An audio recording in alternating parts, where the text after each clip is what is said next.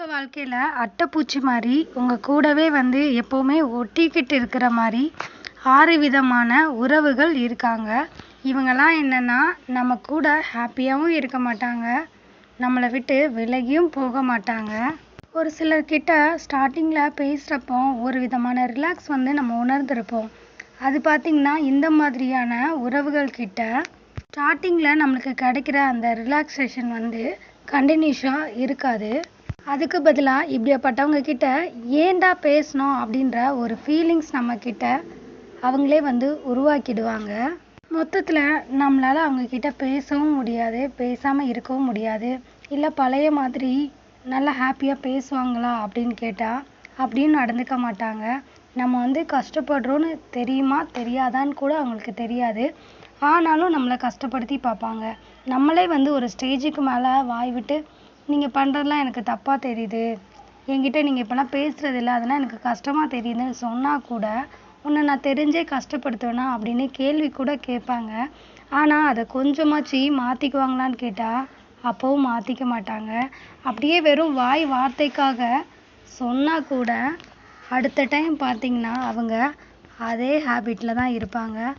நம்மளால் அவங்கள ஒரேடியாக விட்டு விலகவும் முடியாது. இந்த மாதிரி ஒரு சுச்சுவேஷனை நீங்கள் அனுபவிச்சுட்ருக்கீங்கன்னா மறக்காமல் கமெண்ட் பாக்ஸில் கமெண்ட் பண்ணுங்கள். இந்த மாதிரியான உறவுகள் கிட்ட இருந்து நம்ம கண்டிப்பாக கொஞ்சம் தள்ளியே இருக்க வேண்டிய கட்டாயம்தான் இருக்குது. இருந்தாலும் கூட நம்ம மனசு அதை ஏற்றுக்காது. அன்பு மரியாதையும் பார்த்திங்கன்னா எவ்வளோதான் நம்மளுக்கு பிடிச்ச பர்சனாக இருந்தாலும் நம்ம அவங்க மேலே காட்டணும், அவங்க நம்மளுக்கு காட்டணும். ஸோ இந்த மாதிரியாக இருக்கிற ரிலேஷன்ஷிப் தான் ரொம்ப நாள் வந்து நீடிக்கும். ஒருத்தங்க மட்டுமே வந்து அன்பையும் மரியாதையும் ஒருத்தங்களுக்கு கொடுத்துக்கிட்டே இருந்தோம், ஆப்போசிட்டில் இருந்து நம்மளுக்கு கிடைக்கல அப்படின்னா கண்டிப்பாக அந்த இடத்துல நிம்மதி அப்படின்றது இழந்து தான் போகும். இதுதான் மறுக்க முடியாத உண்மையும் கூட. இதில் ஃபஸ்ட்டு கேட்டகரியில் இருக்கிறவங்க, நீங்கள் ஒரு சின்ன தப்பு பண்ணியிருப்பீங்க, ஆனால் ஒன்னால தான் வந்து இந்த மாதிரி ஆயிடுச்சு, இந்த மாதிரி நடந்துருச்சு, எல்லாத்துக்குமே ஒட்டு மொத்தமாக நீ தான் காரணம் அப்படின்னு உங்கள் மேலே பழிய போடுற கேட்டகிரி. செகண்ட் கேட்டகிரி பார்த்திங்கன்னா நம்மளை டாமினேட் பண்ணுறவங்க. இவங்க நம்மளோட உணர்வுகளுக்கு மதிப்பு கொடுக்கவே மாட்டாங்க. நான் ஒரு விதத்தில் பேசினேன், நீ ஒரு விதத்தில் புரிஞ்சுக்கிற, சும்மா நீ இதுக்கெல்லாம் வந்து ரொம்ப எதுக்காக எமோஷ்னல் ஆகுத, இதெல்லாம் வந்து சின்ன விஷயந்தான், இதெல்லாம் வந்து ஈஸியாக எடுத்துகிட்டு லைஃப்பில் போயிட்டே இருக்கணும். ஸோ இதுக்கு போயிட்டு நீ தப்பாக புரிஞ்சுக்கிட்டு நீயும் வந்து குழம்பி என்னையும் குழப்புறிய அப்படின்னு நம்மளே டாமினேட் பண்ணுவாங்க.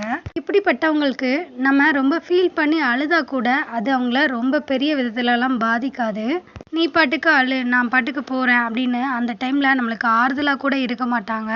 அந்த டைமில் நம்மளை அவாய்ட் பண்ணிட்டு போகிற மாதிரி, நான் பிஸியாக இருக்கேன், அங்கே இருக்கேன், இங்கே இருக்கேன், ஏதாச்சும் ஒரு ரீசன் சொல்லிட்டு அந்த இடத்துல நம்மக்கிட்ட பேசவே மாட்டாங்க. அதுதான் வந்து ரொம்ப கொடுமையான வழியை நம்மளுக்கு தரும். நெக்ஸ்ட் கேட்டகரி, ஏதாவது ஒரு விதத்தில் நம்மளை பாதிக்கிற மாதிரி அவங்க நடந்திருப்பாங்க, இல்லை பேசியிருப்பாங்க. அதை போய் நம்ம திருப்பி கேட்டோம்னா, நான்லாம் வந்து அப்படி நடந்துக்கலையே, நான்லாம் அப்படி பேசலையே, ஸோ இதெல்லாம் வந்து பார்த்தீங்கன்னா உன்னோட கற்பனை, இதுக்கெலாம் வந்து என்னால் பதில் சொல்லிட்டு இருக்க முடியாது.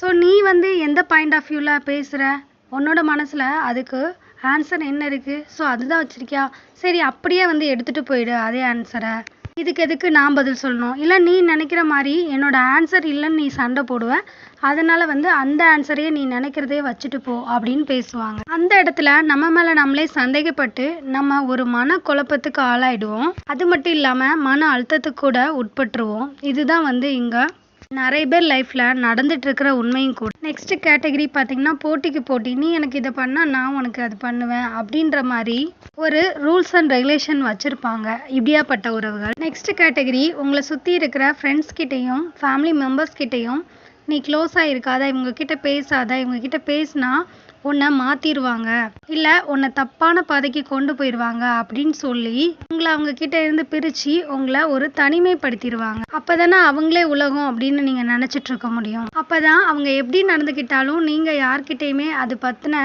ஒரு டாப்பிக்கை பேசவே மாட்டீங்க. லாஸ்ட்டு கேட்டகரி, ரெட்டை வேஷம் போடுறவங்க. ஒரு டயத்தில் பார்த்திங்கன்னா நம்மளுக்கு பிடிச்ச மாதிரி பேசுவாங்க, ஒரு டைம் பார்த்திங்கன்னா நம்மளே பிடிக்காத மாதிரி பேசுவாங்க.